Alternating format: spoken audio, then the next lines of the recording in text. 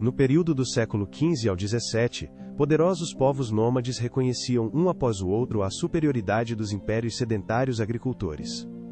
O território dos estados nômades diminuía como uma pele de couro curtida. Paradoxalmente, foi justamente nessa época que a Grande Estepe gerou o último império nômade. Ele podia lutar de igual para igual com os estados mais fortes daquele tempo. O último estado nômade independente estava localizado no noroeste da Mongólia e em parte da atual Xinjiang. Era o Kanato Dzungar, ou Kanato Oirat. Desde os tempos antigos, até os séculos XIV e XV, os povos mongóis dividiam o exército em asas esquerda e direita e centro. Os Oirates faziam parte do exército mongol geral. Os Oirates que formavam a asa esquerda tornaram-se os Dzungares ou Zungares. O termo Dzungares surgiu no início do século XVII após a divisão dos Oirates em grupos noroeste e sudeste. A base da aliança tribal dos Oirates era formada pelas uniões clânicas da Mongólia Ocidental, Choros, Derbets, Kossuths e Torgut. Os Choros eram chamados de Dzungares. No século XVI, os Torguts e Derbets separaram-se dos demais Oirates e migraram para as margens inferiores do Volga, povoando as estepes da atual Calmáquia. Os turcos muçulmanos chamavam os nômades de calmáquios, considerando os pagãos remanescentes, ou seja, tengristas. Essa palavra foi posteriormente adotada pelos russos. Na língua russa, a palavra calmáquio passou a designar o povo que fazia parte da aliança tribal dos Oirates. Assim, o novo nome se consolidou ao longo de 2 séculos. No século XVII, os Derbets e Torguts deixaram os limites da Dzungaria, iniciando uma nova vida nas estepes ocidentais e continuando as tradições nômades. 2 fluxos ao longo do Irtish avançaram para o noroeste, expulsando para o oeste e para a parte montanhosa do Altai os remanescentes das tribos Quereis, Huacos, Kipchaks e Telengitas. A oeste do Irtish e ao sul da linha das cidades de Tiumen, Tobolsk, Tara e Tomsk, estabeleceu-se o agrupamento noroeste dos Oirates. Foi liderado por Dalai Batur Taiji e Ko-Urliuk Taiji. O primeiro era casado com a irmã do segundo, por isso os parentes nômades viajavam juntos e em harmonia. Mais tarde, conflitos internos levaram à ruptura entre eles. Ko-Urliuk Taiji levou seus Torguts e atacou os acampamentos Nogai. Essa guerra terminou com a derrota da Horda Nogai e o surgimento da Horda Kalmuka na década de 1630. Em Sariarka permaneceram os Derbetes sob a liderança de Dalai Batur Taiji e os Roshuts liderados por Kuishi Taiji. No agrupamento sudeste, após a morte de Karakul Taiji, governou uma nova dinastia. Em 1635, o filho de Karakul Taiji, Kuttukotsin, adotou o título de Kun Taiji e o Dalai Lama deu-lhe o nome de Erdene Batur.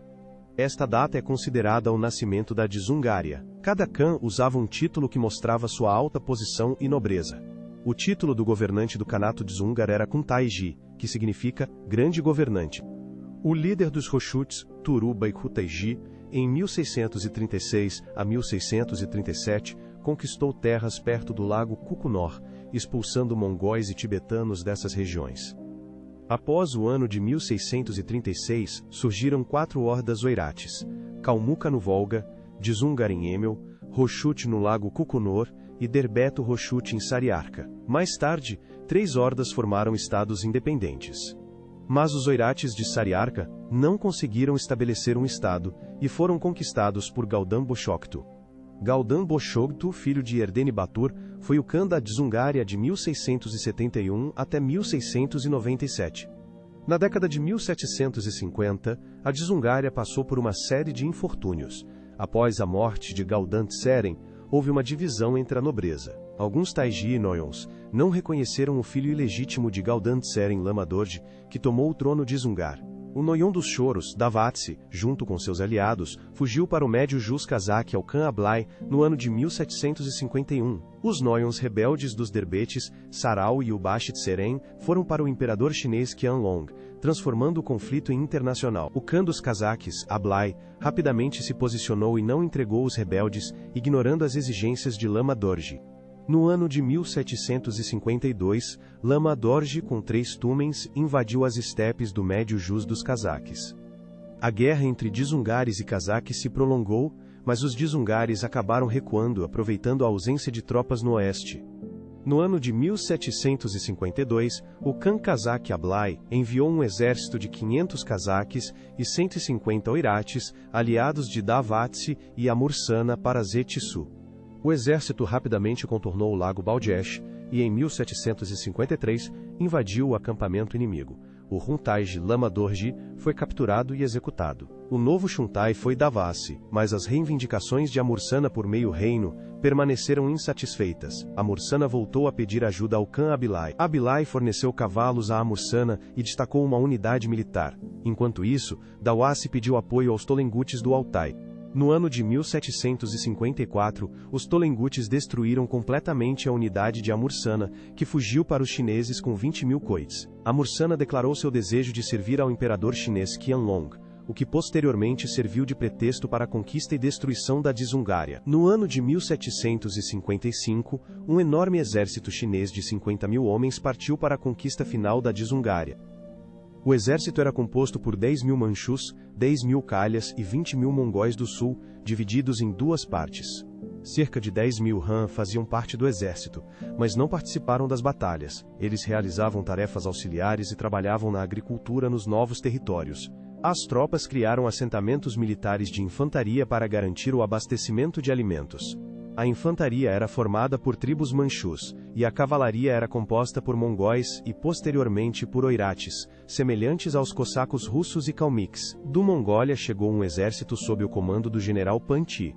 Ele iniciou a conquista do Altai mongol e do Tian Shan oriental, expandindo o controle sobre esses territórios. Davasi evitou a batalha e fugiu com uma pequena unidade para o Tian Shan do sul.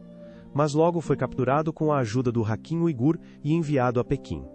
O imperador Qianlong tratou Dawasi com humanidade, e no ano de 1759, ele morreu de morte natural em Pequim, sem sofrer punições severas. Entretanto, o general Panchi anunciou a dissolução do Kanato de Dzungar. Ele nomeou novos Khuntaiji para as tribos Choros, Derbeti, Koshut e Roit, criando um novo sistema de administração. Amursana, que esperava receber parte da Dzungária, ficou sem nada. Para acalmar seu descontentamento, Panchi o enviou escoltado para Pequim, mas Amursana fugiu no caminho. Em suas terras nativas, Amursana levantou uma revolta contra a China. Ele reuniu os restos do exército e, em 1755, retornou para lutar. Panchi, confiante em uma vitória fácil, dissolveu a maior parte do exército e ficou com 500 guerreiros cercados. Ele foi derrotado e cometeu suicídio. Após a restauração da independência da Dzungária, os Taiji Choros consideraram humilhante submeter-se a Amursana, que era apenas um Noyon da tribo Roit, sua mãe.